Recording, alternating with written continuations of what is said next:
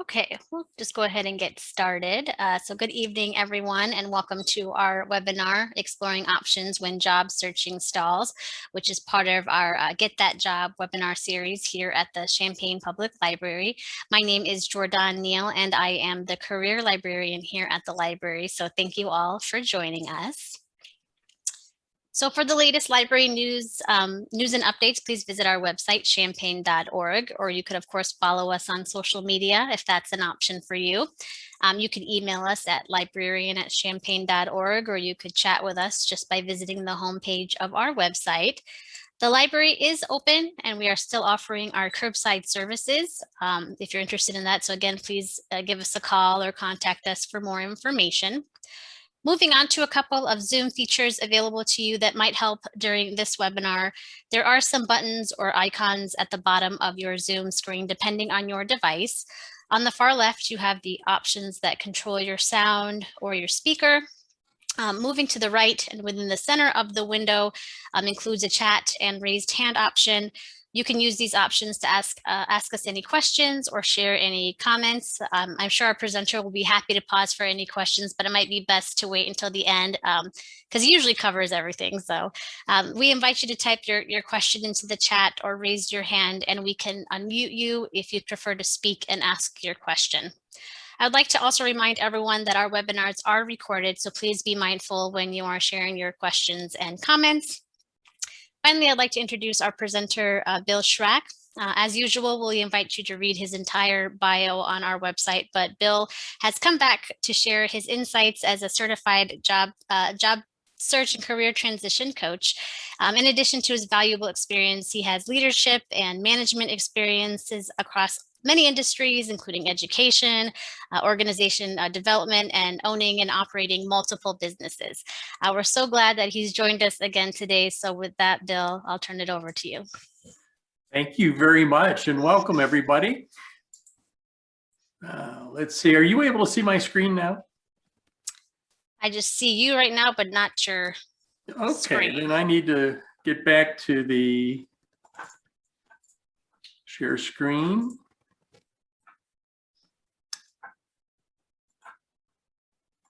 How's that? Yes, I can see it now. Excellent. Okay, and everybody, if you wish, would please just unmute, because we have a very small group today, and I'd like very much to interact. So whenever you have a question, feel free just to chime in.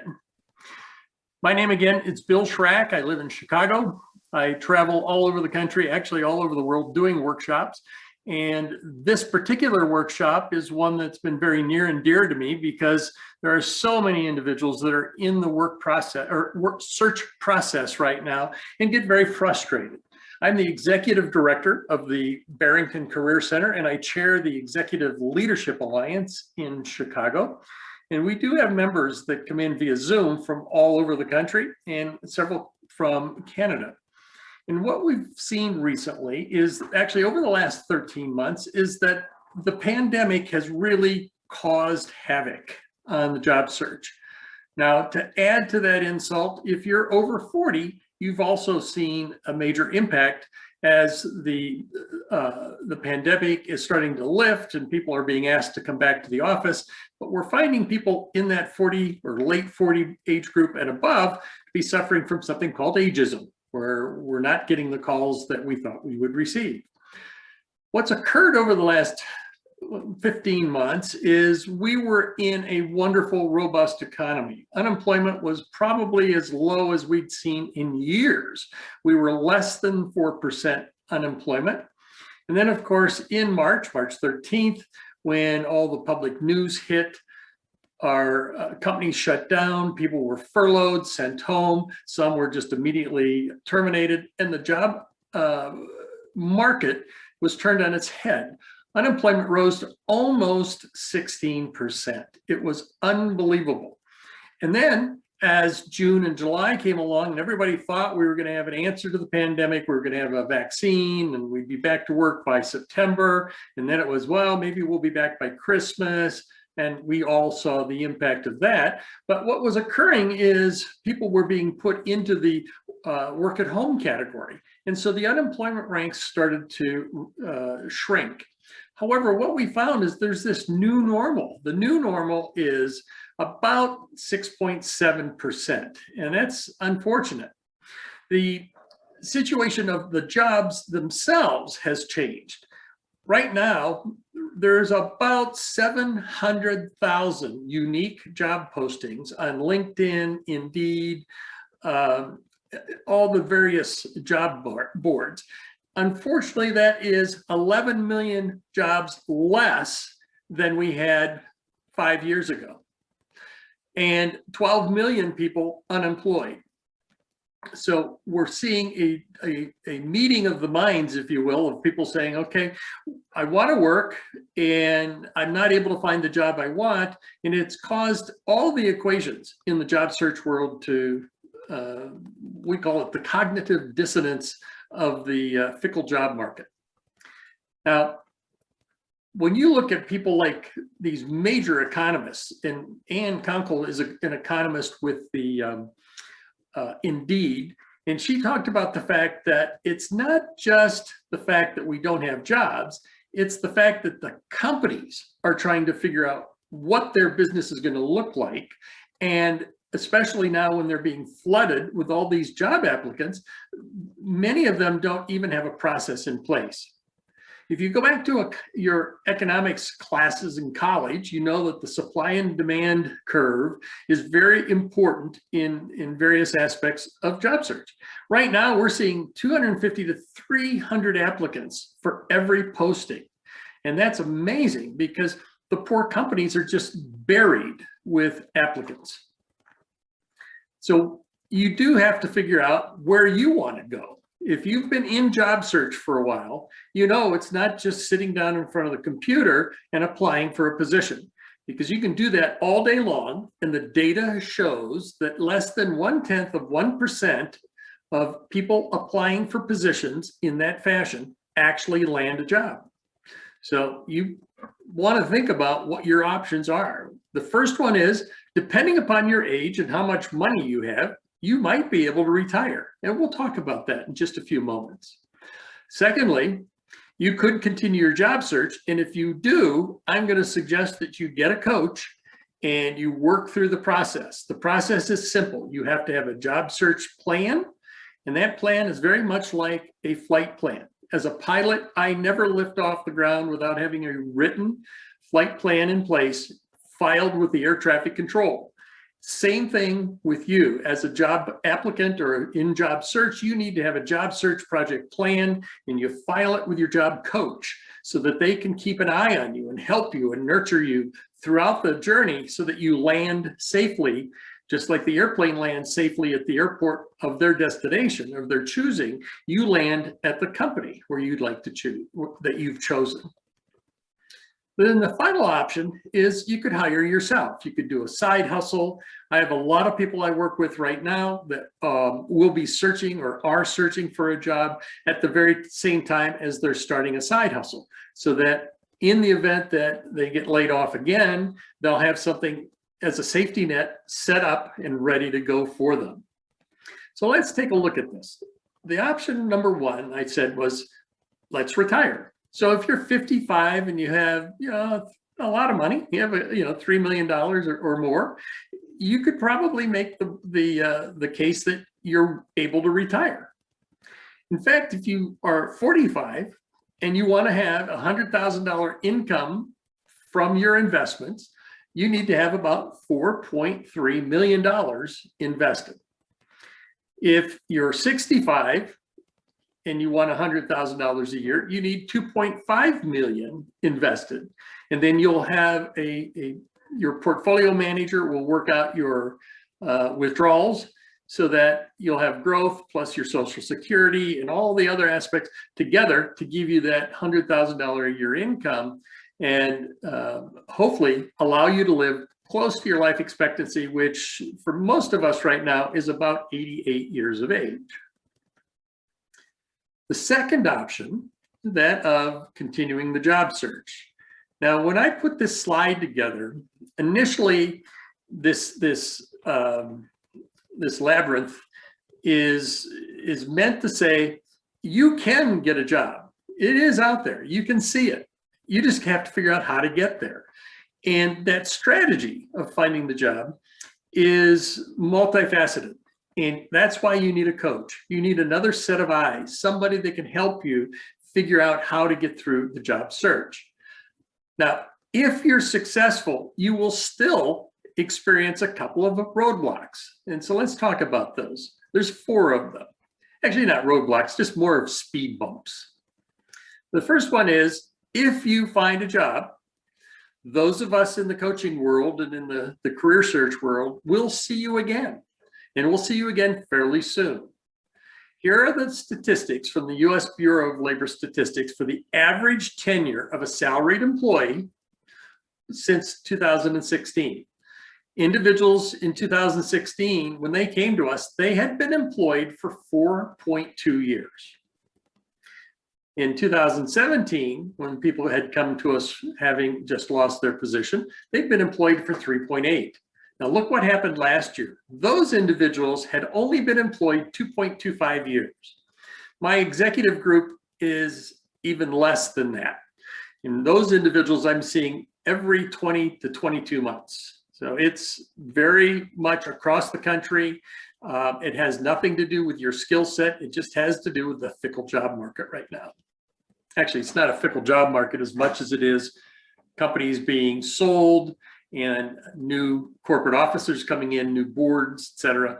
So the other issue, the other speed bump in the job search process is, how long does it take? And sometimes when people come to us, they'll say, well, I've been out already for almost 6 months. I thought I could get the job on my own, but the process has changed dramatically since the last time I was unemployed. And it has. In fact, it has changed dramatically over the last 90 days. Here's what we're finding. According to SHRM, which is the Society of Human Resource Managers, it takes about 42 days on average to land a job for every $10,000 you're trying to replace. Now, those 42 days, it doesn't mean that you just sit and wait. It means you're doing specific tasks on a daily basis, usually 30 to 35 hours a week, trying to do specific targeting, networking into companies where you'd like to work. And that process is laborious. And if you do it, you'll be tired, but it will take you about 42 days for every $10,000 you're trying to replace. And that's 1.2 million people that they've been tracking to come up with this data.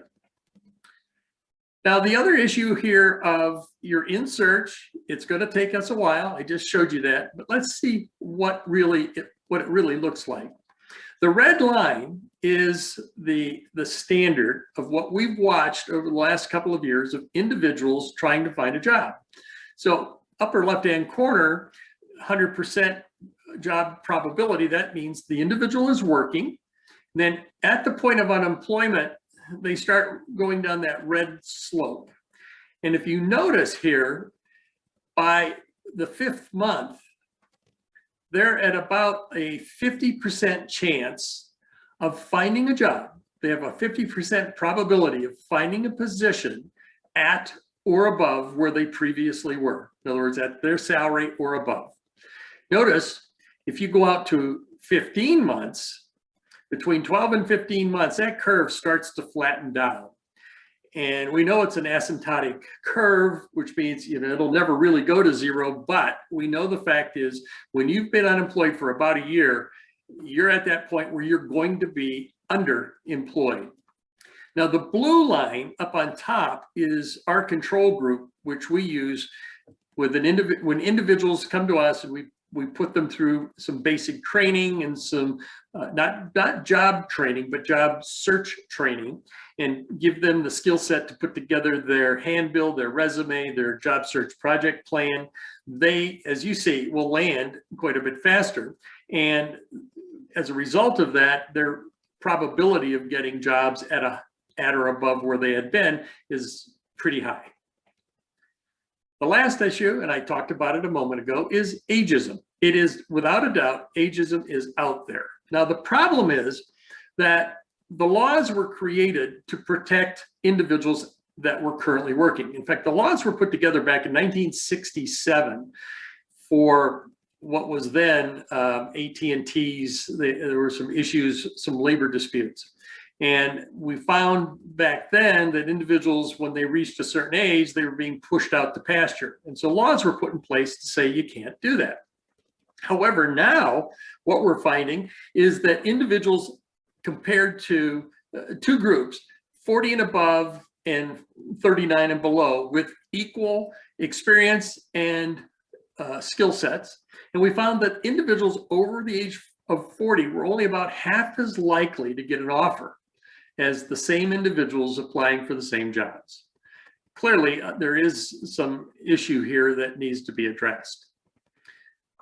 The third issue, or the third option, so we had retire or keep going, slog it away, try and get the job, or set up some type of a side hustle, or to, as many people will say, become their own boss. Now, in doing that, what you need to think about is what skill sets you have and what can you bring from corporate America to your own business. As Jack Welch used to say, Jack was the CEO of General Electric. He said, don't work for a business, let the business work for you. And if you don't build your own dream, you'll work for somebody and build theirs. A lot of times people will come to me and worry about whether or not they should get a job or whether they should buy a business or start a business. So we took an example, and this is not meant as an inducement or anything, it's just an example of the light blue line of an individual that is working for that 22, 24, 26 months, and then they're unemployed for that period of 42 days per 10,000 of search, and now they're back being employed again for, in this case, they stayed around for even longer, for about 3 years. And then they lost their position, the search was successful, and now they're back. So over a 10-year period, this is an indication of their earnings.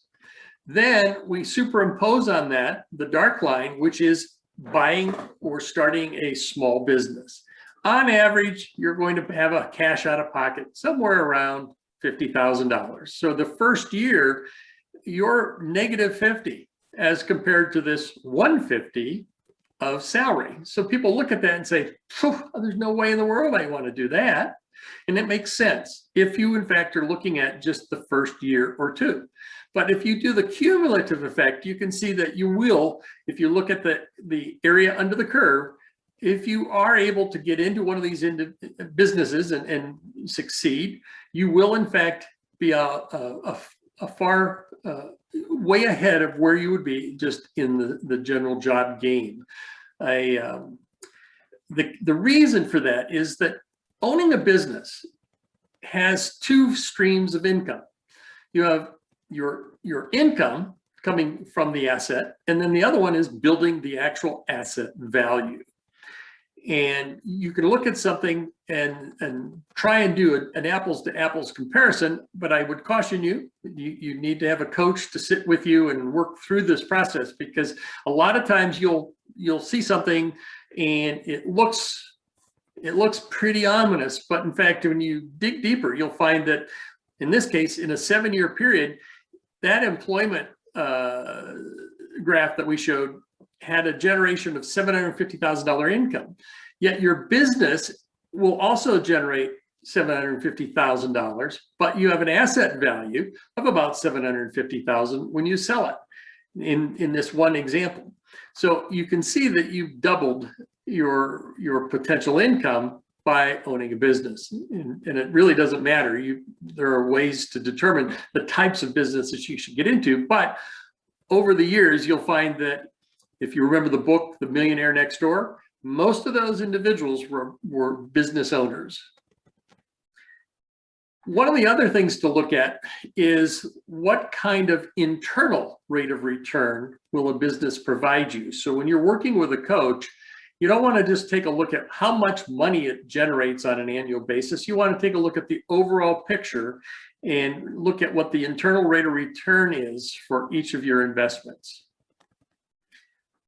I try to paint a pretty equalized approach, or paint a picture of it's tough to own a business, but it's also very, very rewarding. Yet, if it was so good, why is it that so many people don't just jump right in? And the answer is the paralysis from analysis.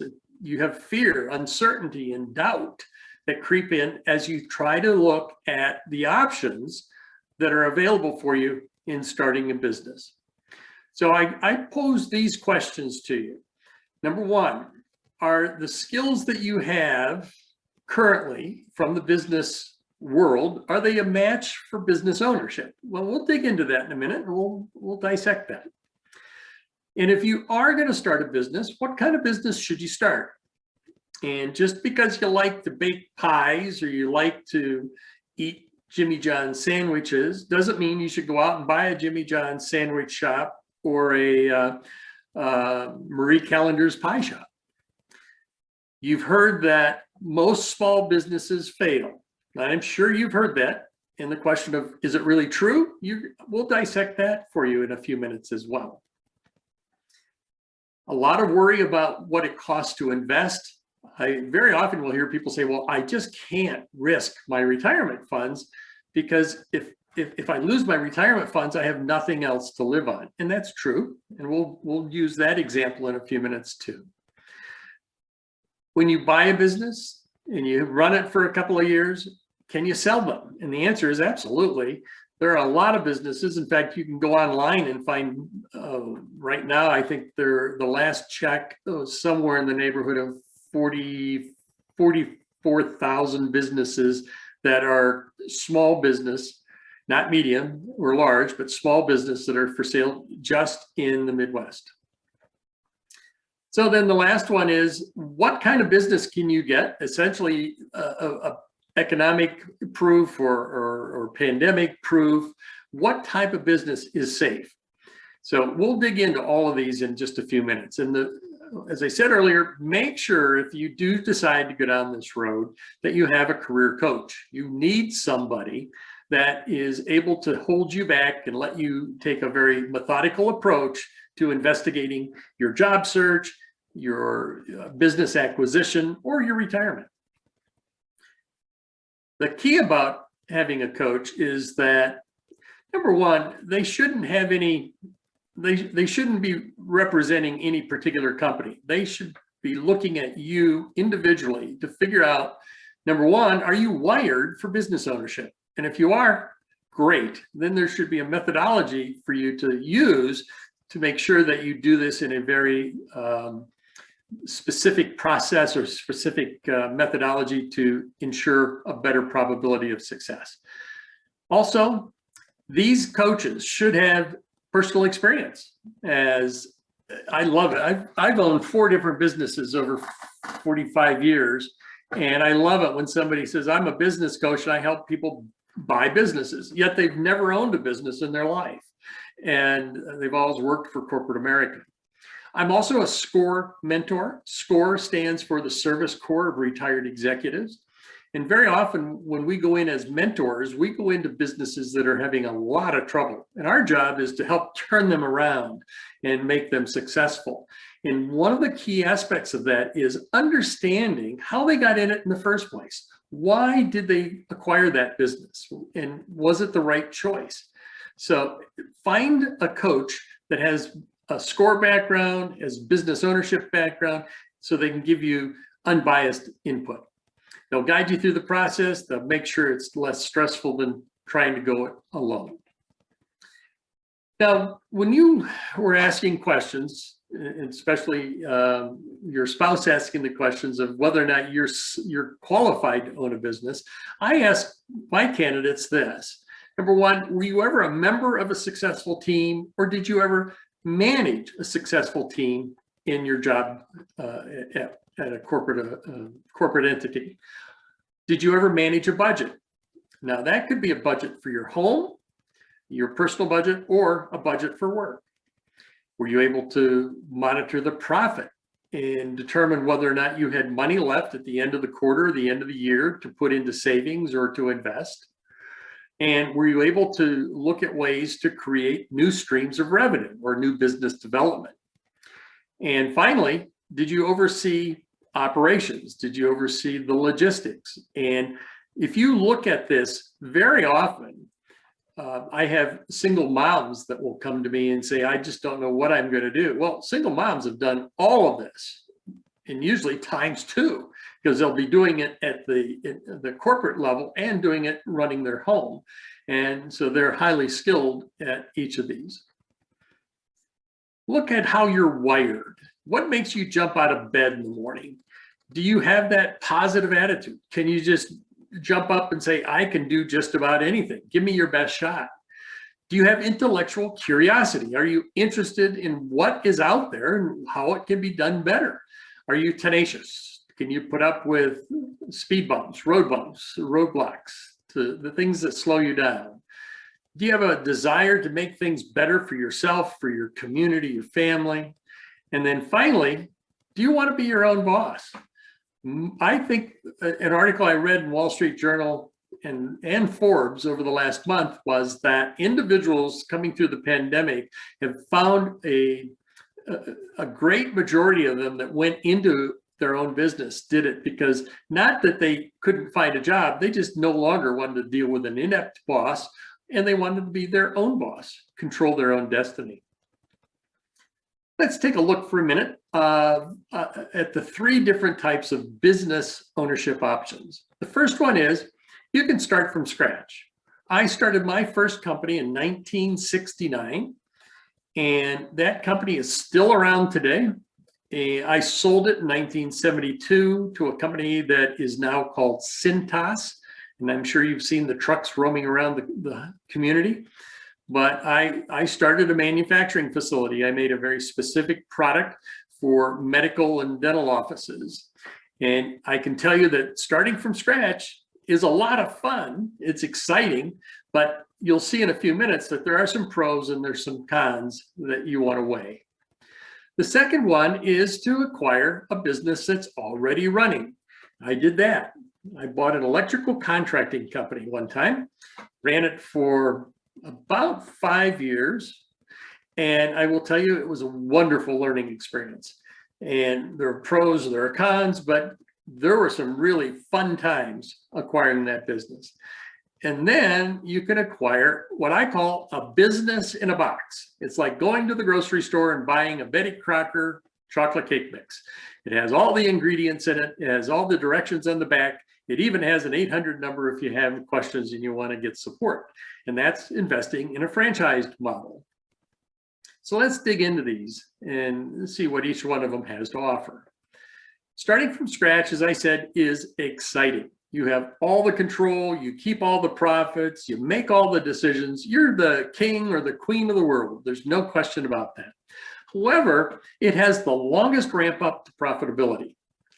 And by the time I sold my business, I was just getting out of college and we were just barely breaking even, about ready to make a profit. And when I was approached by this corporation to acquire my business, to me, it was a big lump of money that I was going to get. And to me, that was the way I was going to get my profit. Otherwise, I was going to continue to just grow in incremental parts, and my income, in this case, I sold it as a multiple of 6 times what my earnings were. So it was a nice chunk of money for a new college grad. It's very costly because you have to start all your systems from scratch. You have to build everything. You have to experiment. You try. Some things work, some things don't. And of course, very few funding sources are available for a startup. This also has the highest failure rate. And you'll see in a moment, it's pretty drastic. All right. Many years ago, back in 1990s, the Small Business Administration, along with, this was when SCORE was starting, they wanted to find out what was occurring that was causing these businesses to fail. But they also wanted to see what percentage of businesses were failing. And what you'll notice here is the red line, you can't see it up in the upper left-hand corner, but this curve represents the cumulative survival rate based on the year that the business started. And you'll see that in year 2, about 70% of the businesses are around, so 30% have failed. At 5 years, about 50% of the businesses have failed. And at year 10, notice that about 60% of the businesses failed. That's a lot. So we set out at SCORE to go in and try and fix that problem. And unfortunately, if you notice, the line for 2000 is superimposed. It's almost identical to the line from 1995. Well, then we replicated the study in 2005 and in 2010. And again, the numbers are almost identical. So now we started to dig even deeper and we tried to figure out what it was. And I can tell you that it had to do with starting the systems and not having any support or the collaboration that you get from having additional people there in your support team. So very unfortunate. Let's talk about buying an existing business. And I told you there's 44,000 existing businesses currently for sale in the Midwest in a listing that I saw recently. And the key to it is that you're going to have cash flow immediately. It's a business that's been in business, so there's goodwill. It's been in an established location. It's got a history, customer base, all those things. And you might even be able to get the owner, if they're really willing or interested and anxious to sell, they're probably willing to give you some owner financing. And they've already done most of the heavy lifting. They've figured out all the systems and the processes, and they've got their employees in place. So those are the pros. When I bought my electrical contracting company, I was not an electrician, and I knew how to run businesses. I had my MBA. I knew how to analyze businesses, but I wasn't a guy that could go out and do the work. The cons are, number one, the goodwill. So the goodwill comes from the owner. In most of these existing businesses, the owners are technicians. They started as a one-person shop, and then they added additional staff around them. So it's very expensive. Think of when you sold your car, when you sold your house, whatever it might be, you wanted the top dollar for your baby. And that's the same case here. So when you buy an existing business, you're usually spending a lot more than you need to. One thing that I noticed is as I got in and took over the reins of my company, slowly but surely, as the previous owner left, the key employees started to leave because they were aligned with that person. That individual hired them, trained them, went out to the bars with them. They had a relationship. And I had to replace those employees. And luckily it wasn't a mass exodus, but it was a systematic exodus that allowed me enough time to be able to replace them. Also, the former owner, while we were buddies, we were friends, I don't think he ever really gave me all the tricks of the trade and didn't really train me as well as I think could have occurred for me to be successful. Now, at the end of the day, I was successful. I did well and was able to grow this business and sell it to a much larger entity at a pretty nice profit. But I will tell you, there were many sleepless nights. Then the final one, the next business I ended up going to was acquiring a franchise. And there are wonderful aspects behind franchising. The first one is I call it the business in the box model because it's a recognized brand. Everything is turnkey. All the ingredients are there. It tells you what you need to add. They have support mechanisms. You're trained initially. Your ongoing training is monthly. And then you have annual training programs that you must attend. So it's a neat program. Banks and lending institutions love franchises because they can examine the model, they can look at the historical perspective, they can have a predictability of what the franchise will earn and the probability of being paid back. And everything, all the transactions of buying and selling a franchise are overseen by the Federal Trade Commission. So it's a transparent and very controlled transaction. The cons is that there are thousands, and you'll see in a minute, there's over 4,000 different concepts out there. So it's like being a kid in a candy store. Also, you have a lot of reporting you must do. You must report. Some people are reporting daily, some are weekly, monthly, but you certainly have at least a quarterly report and an annual report back to corporate on what your revenue is, what your profitability is, because they only make money when you make money. And so the key to this and the key to their success is your success. And then, of course, that leads to the third point here is that mandatory training at the annual conferences, where you must attend in order to be able to maintain your certifications. Let's talk again. I said 4,000 particular brands that are out there, but they slice them and dice them into 75 different verticals, and you can own one. So I call it buying a job, where you're owner operator, or you can be an investor, where you're only involved in that business on a, maybe 15, 20 hour a week scheduling, or even not at all, where you're just simply the investor. So you're absent, totally absent. You can have a business without any employees, an online business that just pretty much runs and keeps churning, all the way up to one that has hundreds of employees.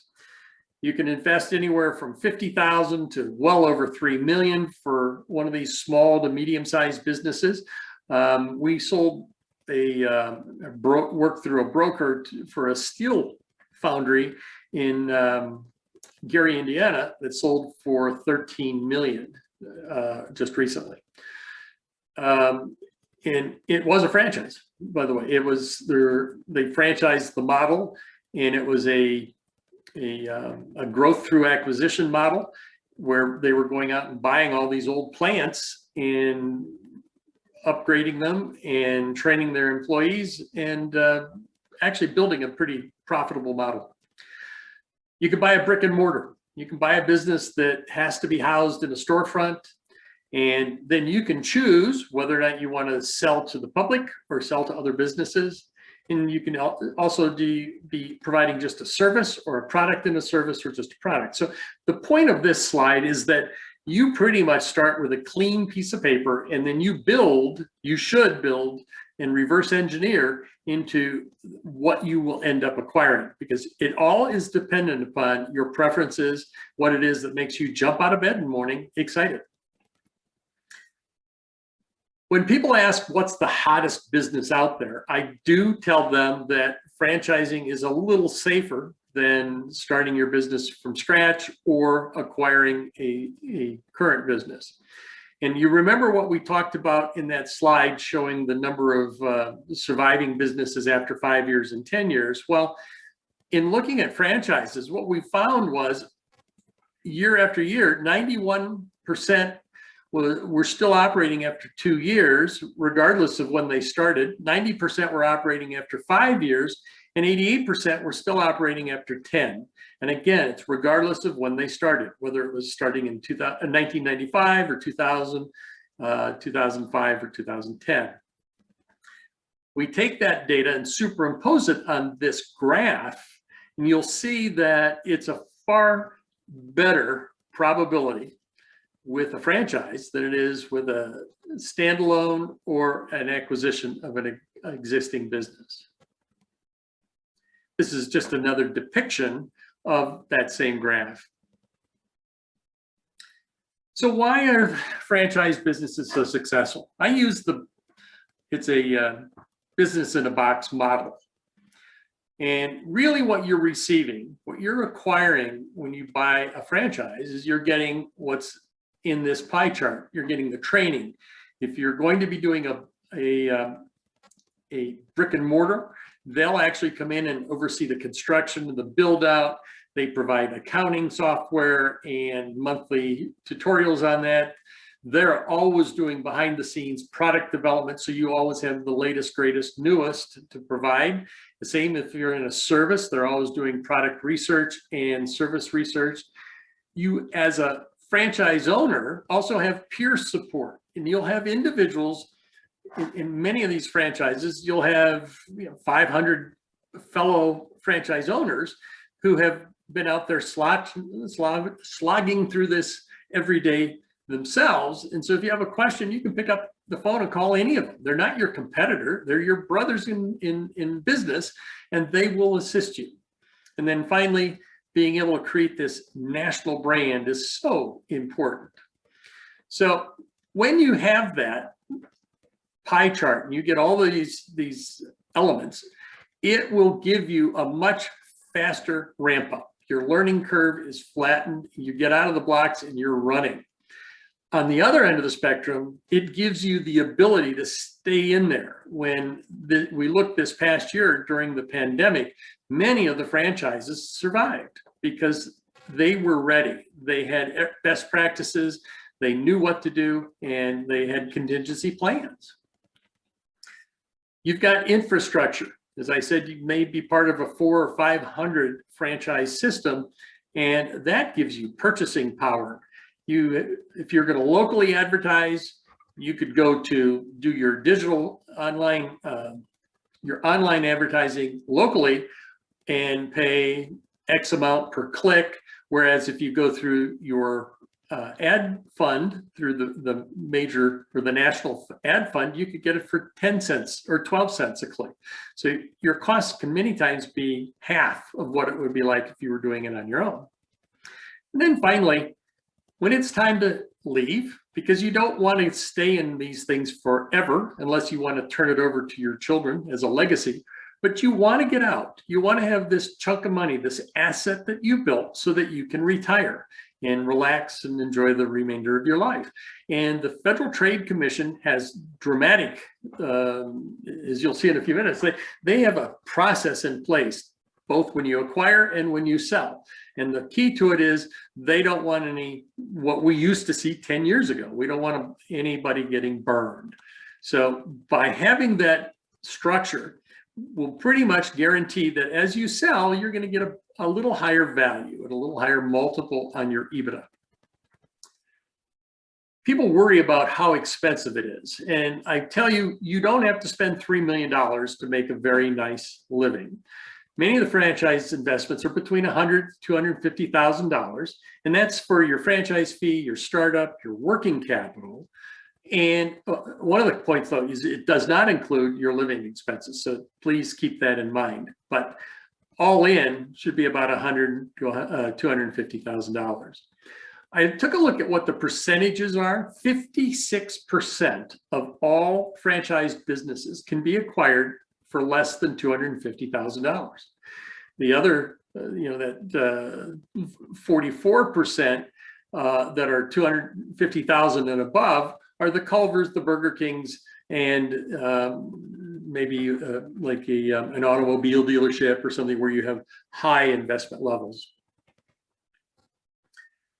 When you acquire a business, you don't put down 100%. You think of it like buying a house. You're going to put down 20% or 30%, and you finance the remainder out of the proceeds of the business. Back in 2018, there was the Tax Cuts and Jobs Acts. And what they did was to give people with money in a 401k or in any kind of a qualified retirement plan, when you put money in there, you can't take it out until you're a certain age. Usually you can start at 62 and a half. Well, the 2018 laws changed that.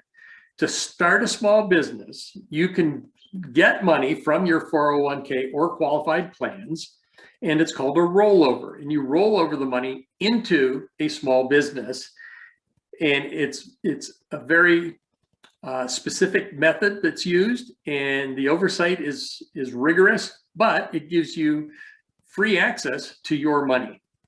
And you will have a lot of different benefits. And we have strategists that, in fact, we have the author of the 2018 tax cuts that passed that works with us at our career center and comes in and does workshops for us. So we have people that can explain to you how to do this. The other options, you can certainly use cash. Now, banks aren't doing HELOCs right now, home equity lines of credit, but credit unions are. So you could get equity out of your home if you needed to borrow some money to start a business. You could do a partnership or get outside investors. The one I talked about just a moment ago, your rollover, the ROBS, it's a rollover benefit or rollover for business startup. You can also, if you have stock, you can use stock or security-based line of credit using your stock, or you could do an SBA guaranteed loan, which is where the bank will loan the money if the SBA underwrites it, which means if you fail, the SBA pays the bank back. And then, of course, you can do friends, family, crowdfunding, and so forth.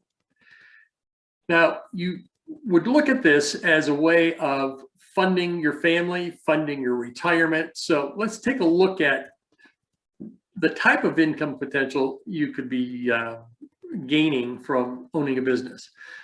I would say most of the businesses per unit will give you about a $50,000 a year profit. And people will say, well, that's terrible. That's very, very low. I ask you to go back to the internal rate of return equation, and you'll see that if you're making a $50,000 profit on a $200,000 investment, that's a pretty good return on your investment, because not only are you making that every year, but you also have the asset value that's still sitting there. So that's an excellent return on investment, far better than what you can find in most stock markets. Now, there is a small tranche that you can find that will help you generate about $100,000 in profit, but they are fewer and fewer in between. And then you'll have a few where you can make that $250,000. So the key to it is, if you're trying to replace a $100,000 or a $200,000 income, probably the easiest way to do that is to have what's called multiple unit ownership, which means that you begin with a single unit. And as you got your feet wet, you were stabilized, you were starting to earn that $50,000, $60,000 a year, then you open up your second unit. And a year and a half into that, you should now have a cumulative income over 100,000. So you open your third unit, and now all of a sudden you're in that $150,000 to $200,000 income. Very often, if you see somebody that owns a McDonald's, they'll have a couple. You see somebody with a Wendy's, they 4 or 5. If you find somebody with a Supercuts, they may own 5 or 10. And it's all because of having multiple units to be able to hit the earnings number that they want. To be able to safely invest in any kind of a business, you need to have a process. You have to have a procedure. Now, this is tongue in cheek. I'm asking you not to go out and Google. In fact, if you Google right now, franchise opportunities or small business opportunities, you're going to see somewhere around 200 million responses on Google in less than 1 second, because it's just a mass of information out there. And a lot of it isn't true. So be cautious. So, very often, I said earlier in this presentation, if all of a sudden somebody says, hey, I love to eat sandwiches, therefore I'm going to open a Jimmy John's sandwich shop. And Jimmy, of course, went to school, University of Illinois, and a very famous individual who just sold his business to a venture capital group. Somebody comes to you and says, there's not a sandwich shop in my neighborhood, therefore I want to open a Jimmy John's. Or I read an article on the internet that said Jimmy John's is really one of the best companies out there, therefore I want to open a Jimmy John's. And your buddy's cousin owns a Jimmy John's, he's driving a Maserati, therefore I think must be successful, I want to own a Jimmy John's. Or they're always busy, there's always a line, I think I'm going to open up a Jimmy John's. Well, the bottom line is you need to have something that fits what you do and what you like to do and what you want to get out of the business. And I can tell you that I have friends that own Jimmy John's, and I can tell you it's a tough business. So what we do is we ask you to go through a specific process before you ever name a business. We want you to identify what it is that makes you get out of bed every morning. So we want you to prep, and we want you to take through a step-by-step process that's been time tested over the last 20 some years. My group has helped over 10,000 individuals successfully find a business and control their own destiny. So the first step is we analyze who you are. We want to talk about, I call it, guys, if you're in the audience, I want to know about your life, your wife, and your money. Okay, what do you want to do in life? Where do you ultimately want to be? What does your spouse have to say about this? And do you have enough money that you can put some at risk? Because if it's all going to be put at risk, then there's no reason to talk, because you shouldn't be doing this. So once that analyzation is done, this next step is to then reverse engineer and find what businesses match your needs and figure out if they're available in your particular area. And then once that's done, the next step is to actually do the due diligence. And the due diligence will take you 4 to 6 weeks to get the process done properly, and another 2 weeks to finally go and put the icing on the cake by meeting the key executives. So this is what it would look like. You would, if you were to work with a certified career counselor that does work with your analysis and does your profiling and then does a match for you, they should introduce you at the vice president level. You don't want to be introduced, like right now, if you go on the internet and say, I want to get a Jimmy John's sandwich shop, you'll be inundated with phone calls from all over the place. It's amazing what happens. Instead, you should be introduced at the vice president level of these companies, and it's a very business-like transaction and discussion. It is not a telemarketing. Then you're disclosed. You receive corporate documents through the franchise disclosure document, it's called, which gives you specific information about that company, and you'll have to sign a non-disclosure. Then you want to talk to other owners, and a good coach will help you craft the questions and then pick the targets of the people you want to talk to randomly all over the country, other people that own these types of businesses, because those will be the people that will tell you what it's like every day as an owner.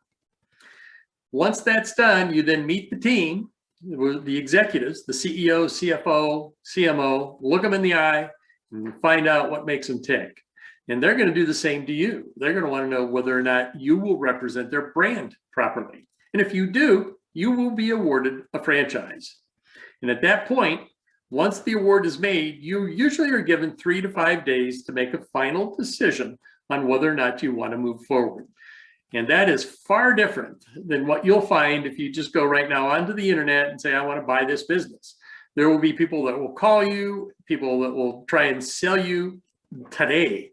And I had a person call me a couple of weeks ago that said, I was given an offer and they said I would be able to save $25,000 if I signed today.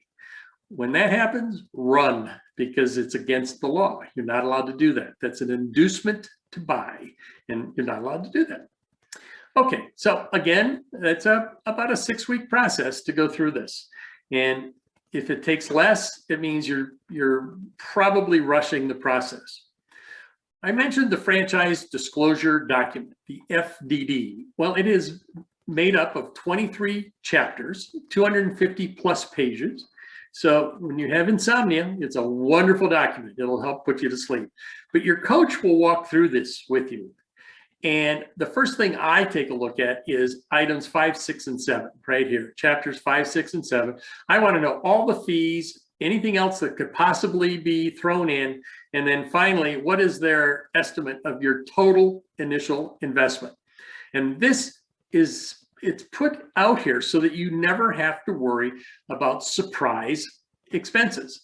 And a good company will give you an expected operating expense and what you should have in your slush fund or your cushion. A good company, remember, doesn't want you to fail. They want you to make money because that's when they make money. And of course, item 19 over here on the right is where they talk about the financial performance of their franchises, of their franchisees. So if they say you could make $150,000 with this concept, item 19 is where they must prove it. So they have to. Now, item 19 is not required. So if they don't say you can make $100,000 or they don't make any promises to you, they don't have to put anything in here, which is the other reason I want you to talk to other franchise owners. Because at some point you're going to ask them, are you making as much money as you thought you would? And all good franchise owners, in talking to other individuals, will tell you the truth. They'll tell you what they're making and how hard it is, how easy it is, whether they are full-time in the business, part-time, whatever. But this is the key to understanding what the business is that you're looking at to acquire. Again, validation calls, what you'll do is you'll take copious notes. You'll call 10, 12, 15 of these people, take all the information you can get from them, and from that, you will build your pro forma, your business plan with all the what ifs. And that's where you figure out whether or not you're going to make 50,000, 100,000, 200,000.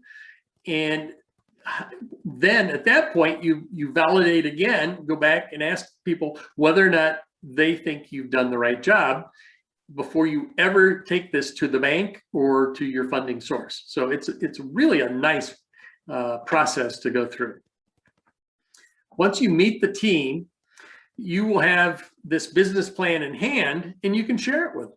And they will look at it and say, yeah, you might be a little light on this expense. Or so they start to work with you once they see that you've done the investigation and you're ready to make a commitment. Then I tongue in cheek, I say they get down on one knee and they ask you to marry them, because they're going to ask you to enter into an agreement. And this agreement is generally 10 years in length. That's the period of time they are required to support you. But anytime during that 10-year period, if you wish, you may sell. You may exit that contract. You may sell if it's in your hands. The agreement is set. Again, our goal is to make sure you don't rush into anything. In fact, I used to call this workshop, look before you leap. Make sure you don't leave any stone unturned, because I want you to have the professional and financial freedom that comes from owning a business should you decide to go in that direction. The word of caution is, being an entrepreneur, the first couple of years are tough, and you're going to live a life like most people will not choose to live. But what will happen is you will then have a life and lifestyle that most people really can never experience. So if you want to be your boss, you can give me a call. Now, as I mentioned before, I'm the executive director of the Career Center. So if you do wish to talk to me, we can talk about whether or not you want to find a job, whether you want to look at a business, but just give me a call. There's no cost. I'd be happy to sit down and talk with you about what your options are. I encourage you to read these two magazines. You can get them online, of course. Read all the articles without having to get a paper subscription. But Forbes is wonderful. Entrepreneur is a great magazine. So both of these are excellent primers for you as you're getting ready for potential investigation of a business. Also, these three books: The Educated Franchisee by Rick Bizio. Rick is a colleague of mine, teaches at the University of Florida. A wonderful, wonderful guy. So The Educated Franchisee by Rick. The Loopholes of the Rich by Diane Kennedy.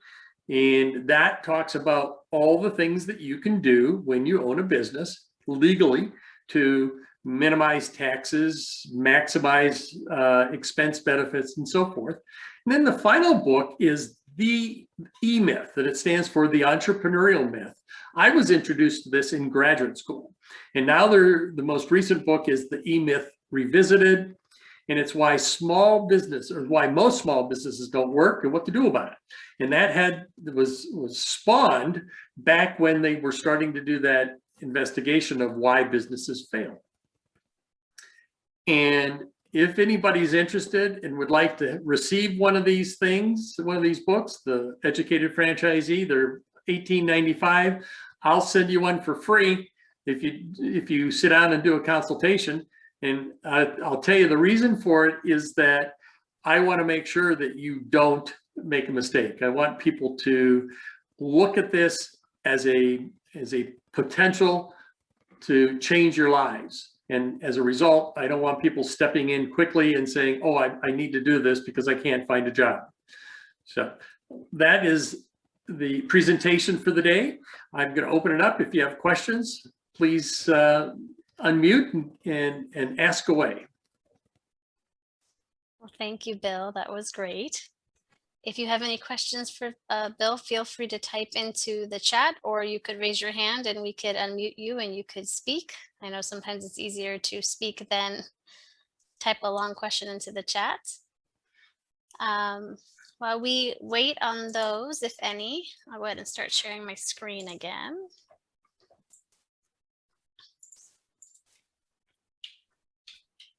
Oops. So there's my contact information. If you want to follow up with Bill, I could maybe get you all connected, or we do have a question here. Okay. Do franchise purchases include things like benefits for employees or the owner? No, they do not. You are an individual owner, but what happens is you will affiliate with something that's called a PEO, a permanent employment organization. And they were developed for a number of reasons. The first and foremost was to make small businesses, make insurance available to small businesses and make it affordable. One of the businesses that I owned, we only had, I think we had 28 employees at the time, and we became affiliated with a PEO, and we were attached to the Harley-Davidson corporate insurance policy. So my 28 employees had the same benefits as this behemoth company. And, but it also then gave me the ability as an owner to do a 401k and do matching funds. So if I put $10,000 in my account, I could put $10,000 into my employees' accounts. And in some cases, I was the first savings program that my employees ever had. So I hope, did that answer the question? Yes, they say yes, thank you. All right, Kate, excellent. Other questions? Any other questions for Bill? Well, I've left my contact information here, and here at the library, we are helping people, of course, apply for jobs. We're helping you with your resumes. We're helping you with cover letters, practice interviews, or sometimes we're just available just to chat about some of your career or professional goals as well. Let's see. So our next webinar will be on Wednesday, July 7th at 2 p.m. It'll actually be a pre-recorded webinar. And that will be hosted by Kevin Martledge of Next Year Advisors. He's coming back to talk about exactly embracing those career changes. I think we've had lots of changes in the last year. So he'll talk about not just changing careers, but just, again, focusing on your professional pursuits while, while keeping your overall career goals in mind. And then here are webinars for July. We invite you to visit champaign.org/events to register for more webinars. And we don't just present career webinars, but we have some business webinars, technology webinars. We have our crafty adults, our writers workshops, events like that. So a lot more webinars coming up. Let's see here. And once again, here's our contact information if you didn't catch my email or my phone number. We're still offering our one-on-one appointments, not just for resumes, but anything tech related. If you're working on your business plan, our wonderful business librarian could help you out with that. Let's see here. And I don't see any further questions. Let me go ahead and stop sharing here. Okay. Well, thank you once again, Bill, for that. Sorry, my mic was getting in my way. Um, Okay, I don't see any other questions. Well, thank you all for joining us. Thank you once again, Bill. I think I'll go ahead and end the webinar, and I wish everyone a good night. Take Great. care. Thanks so much. Take care. Bye-bye. Bye-bye.